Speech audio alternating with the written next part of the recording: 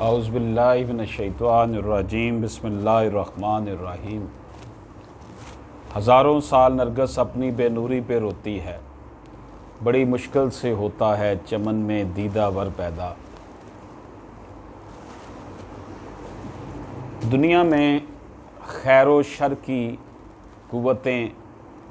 ہمیشہ برسر پیکار رہی ہیں اور شر ہمیشہ تعداد میں حجم میں زیادہ ہوا کرتا ہے۔ خیر ایک ٹمٹماتی ہوئی روشنی کی مانند ننھی سی شمع جلائے ہوئے اپنا کام کرتی ہے۔ یوں خیر اور شر کی قوتوں کا ہمیشہ سے مقابلہ ہوتا چلا آ رہا ہے۔ نبی پاک صلی اللہ علیہ وآلہ وسلم سے پہلے جتنے بھی انبیاء کرام آئے سب نے توحید کا سبق دیا اور اللہ کی وحدانیت کے حوالے سے دنیا کو لوگوں کو بتایا کہ ایک اللہ کی عبادت کرو،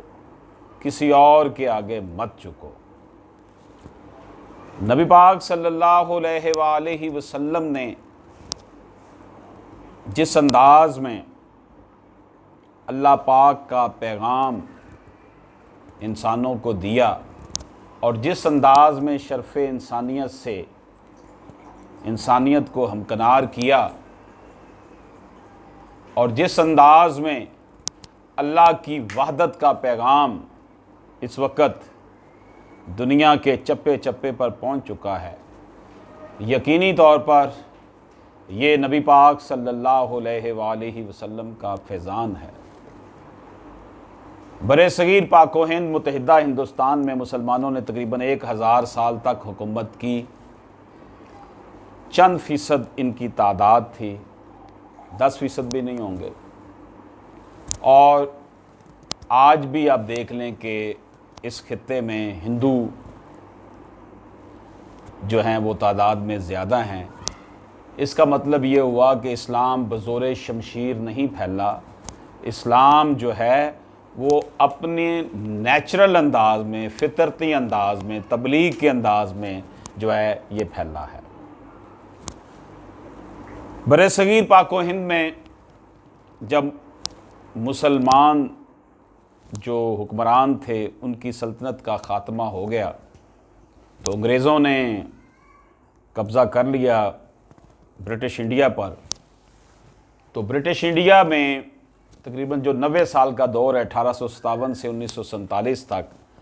یہ مسلمانوں پر بہت بھاری گزرا۔ مسلمان تعلیم کے شعبے میں، مسلمان سائنس اور ٹیکنالوجی کے شعبے میں، مسلمان معیشت و تجارت کے شعبے میں سماجی طور پر، عمرانی طور پر، نفسیاتی طور پر کمزور سے کمزور تر ہوتے چلے گئے۔ پھر ایک مرد مجاہد اٹھا جسے قوم امام احمد رضا خان رحمۃ اللہ علیہ کہتی ہے۔ انہوں نے ٹو نیشن تھیوری پیش کی۔ اسی کا تسلسل پھر مطالبہ پاکستان بنتا چلا گیا اور حضرت قائد اعظم رحمۃ اللہ علیہ نے اور حضرت علامہ اقبال کی فکر نے اور اعلیٰ حضرت امام احمد رضا خان رحمۃ اللہ علیہ کی فکر نے اور مولانا فضل الحق خیر آبادی رحمۃ اللہ علیہ کی فکر نے،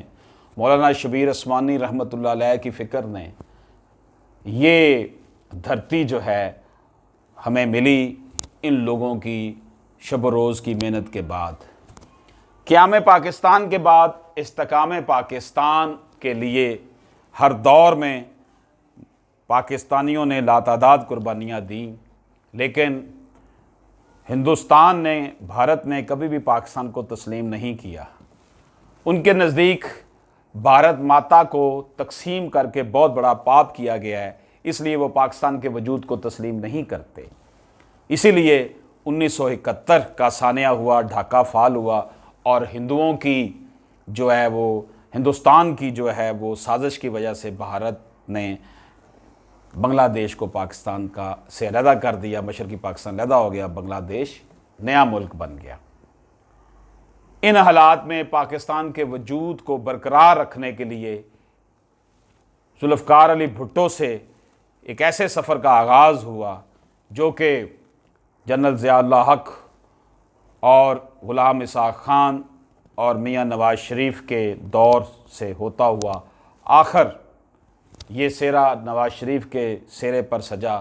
کہ پاکستان میں ایٹمی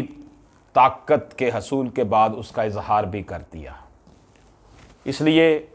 تمام جتنے بھی حکمران تھے یہ ان سب نے پاکستان کی ایٹمی صلاحیت کے لیے شب و روز کام کیا۔ اس تمام جو ایٹمی قوت حاصل کرنے میں جو مرکز و محور ہستی ہمیں نظر آتی ہے وہ عظیم قومی ہیرو جناب ڈاکٹر عبدالقدیر خان رحمۃ اللہ علیہ کی ہے، جن کا آج وصال ہوا اور آج ان کا جو ہے وہ نماز جنازہ پڑھ دیا گیا۔ 1 ربیع الاول ان کے لیے سعادت کی گھڑی، اور یوں ایک عظیم شخصیت ڈاکٹر عبدالقدیر خان جنہوں نے پوری دنیا کو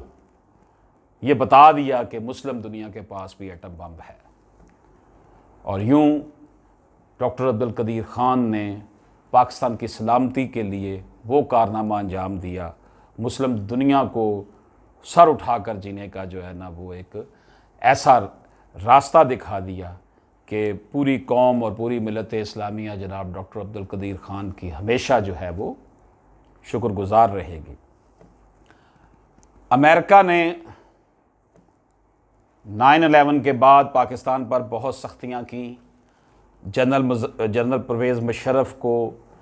یہ کہا گیا کہ ڈاکٹر عبدالقدیر کو ہمارے حوالے کیا جائے۔ اس وقت پھر کوئی صورتحال ایسی بنی کہ ڈاکٹر عبدالقدیر خان کی ایک سٹیٹمنٹ جو ہے وہ کنفیشنل سٹیٹمنٹ لی گئی، اور ڈاکٹر عبدالقدیر خان کو امریکہ کے حوالے کرنے کی بجائے پرویز مشرف نے پاکستان میں ہی رکھا، اور انہوں نے کہا جی ہم خود ہی پروب کریں گے، خود ہی انویسٹیگیٹ کریں گے کہ یہ انہوں نے کس کے ساتھ ساز باز کی ہے۔ یہ در حقیقت ہماری پاک فوج نے ایک قسم کا ٹرک کھیلا تھا امریکہ کے ساتھ کہ ڈاکٹر عبدالقدیر کو ان کے حوالے نہ کیا جائے۔ اس میں پریشر بھی ہو سکتا ہے مشرف صاحب کے اوپر، لیکن حالات و واقعات یہی بتاتے ہیں کہ اگر یہ ایسا ٹرک مشرف نہ کھیلتے تو جہاز پاکستان پہنچ چکا تھا عبدالقدیر خان صاحب کو لے جانے کے لیے امریکہ، کیونکہ دشمن کی آنکھ میں کھٹکتے تھے، اور دشمن کو تو صرف بہانہ بنانا ہوتا ہے کہ جناب فلاں نے یہ کر دیا، فلاں نے۔ بہرحال وہ ایک تاریخ کا ایک ایسا باب ہے جس کی وجہ سے پوری قوم بڑی غمگین ہوئی کہ ڈاکٹر عبدالقدیر صاحب سے کنفیشنل سٹیٹمنٹ لی گئی، ٹیلی ویژن پر آ کر انہوں نے یہ کہا۔ یہ سارا کچھ جو تھا ایک پری پلانڈ تھا جس کی وجہ سے یہ ساری صورتحال بنی۔ ڈاکٹر عبدالقدیر خان صاحب کی عزت میں جو ان کا عزت و احترام ہے اس میں کوئی کمی نہیں آئی تھی، بلکہ لوگ ان کو اور زیادہ چاہنے لگے۔ پاکستان کے چپے چپے میں ہر مکتبہ فکر، ہر سوچ، چھوٹا بڑا جوان، ہر پولیٹیکل پارٹی کا بندہ جو ہے وہ ڈاکٹر عبدالقدیر خان صاحب رحمۃ اللہ علیہ کو جو ہے وہ سلام عقیدت پیش کرتا ہے۔ اور آج جب وہ اپنے رب کے حضور پیش ہو گئے ہیں، ہماری دلی دعا ہے کہ اللہ پاک ان کی مغفرت کرے۔ میں نے بھی ڈاکٹر عبدالقدیر خان صاحب کا ایک انٹرویو پبلش ہوا، غالباً 2015 یا 16 کی بات ہے، تو اس میں انہوں نے کہا جی مجھے ہاؤس اریسٹ کیا ہوا ہے، میں ڈیٹین ہوں، مجھے موومنٹ میں بڑی پرابلم ہے۔ تو میں نے پھر ایک لیگل نوٹس بھیجا تھا اس وقت کے وزیر داخلہ چودھری نثار علی خان کو کہ جناب آپ نے اسے کیوں ڈیٹین کیا ہوا ہے۔ اس کی جو ہے وہ انگلش اخبارات نے وہ خبر بہت زیادہ بڑھا چڑھا کر پیش کی، تو یوں پھر ریاستی اداروں نے مجھ سے رابطہ کیا اس ناچیز سے کہ جناب ہمارے لیے مسائل ہیں۔ ڈاکٹر عبدالقدیر صاحب کی موومنٹ جو ہے اس لیے کی گئی ہے کہ اسٹیٹ جو ہے وہ بڑی کانشیس ہے ان کی حفاظت کے لیے، اس کے لیے پاکستان کی جو مقتدر ترین ادارہ ہے جسے پوری دنیا مانتی ہے کہ یہ پاکستان کی صف اول کی جو ہے، بلکہ دنیا کی صف اول کی ڈیفنس لائن کا کام کرنے والی ہماری ایجنسی ہے، ان کے اعلیٰ آفیشلز نے مجھے بریفنگ دی اور مجھے کہا کہ ڈاکٹر عبدالقدیر کی جان جو ہے وہ ہمارے لیے بڑی امپورٹنٹ ہے، ہم ان کو دشمنوں سے بچا کر رکھنے کے لیے ان کی جو حفاظت کے لیے یہ سارے اقدامات کیے ہوئے ہیں، اس لیے آپ یہ مت سمجھیں کہ ہم نے ان کو کوئی قید کیا ہوا ہے۔ باقی ہر حکومت کے لوگ حکومت سے جب باہر ہوتے ہیں وہ اسی طرح کے بیان دیتے ہیں۔ تحریک انصاف کی حکومت جب حکومت میں نہیں تھی وہ بھی ڈاکٹر عبدالقدیر کے مطلب یہی کہتی تھی جی ان کے اوپر بڑا ظلم کیا ہے، ان کو اندر رکھا ہوا ہے۔ بہرحال یہ اب اندر کی باتیں ہیں، یہ معاملات ملک و قوم کی خاطر قربانیاں دینی پڑتی ہیں، اور جناب ڈاکٹر عبدالقدیر خان نے اپنے ملک کی خاطر اتنی محنت کرنے کے بعد اتنا بڑا کام بھی کیا، اور آخر میں انہوں نے جب یہ معاملہ بھی پیش آیا تو انہوں نے اسٹیٹمنٹ ٹی وی پہ آ کر دے کر وہ بھی قومی مفادات کے لیے سارا کچھ کیا تھا۔ ان کی موومنٹ پر جو پابندی تھی اس حوالے سے بھی بڑی مشکلات رہیں، بڑے مسائل رہے، عدالتوں میں بھی کیس چلا گیا، لیکن میں یہ سمجھتا ہوں اس کے باوجود بھی ڈاکٹر عبدالقدیر صاحب کے لیے جو عزت و احترام ہماری قوم کے دل میں ہے وہ ذرا رتی بھر بھی کم نہیں، بلکہ اور بڑا ہے۔ آج جب ان کے وصال کی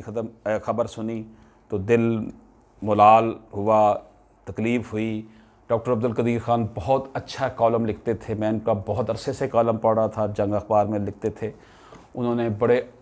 نبی پاک صلی اللہ علیہ وسلم کے عشق کے حوالے سے، اعلیٰ حضرت محمد رضا خان رحمۃ اللہ علیہ کے حوالے سے، اور مختلف قسم کے قومی معاملات کے حوالے سے بڑے اچھے کالم لکھے جو کہ میں ان کے پڑھتا رہتا تھا۔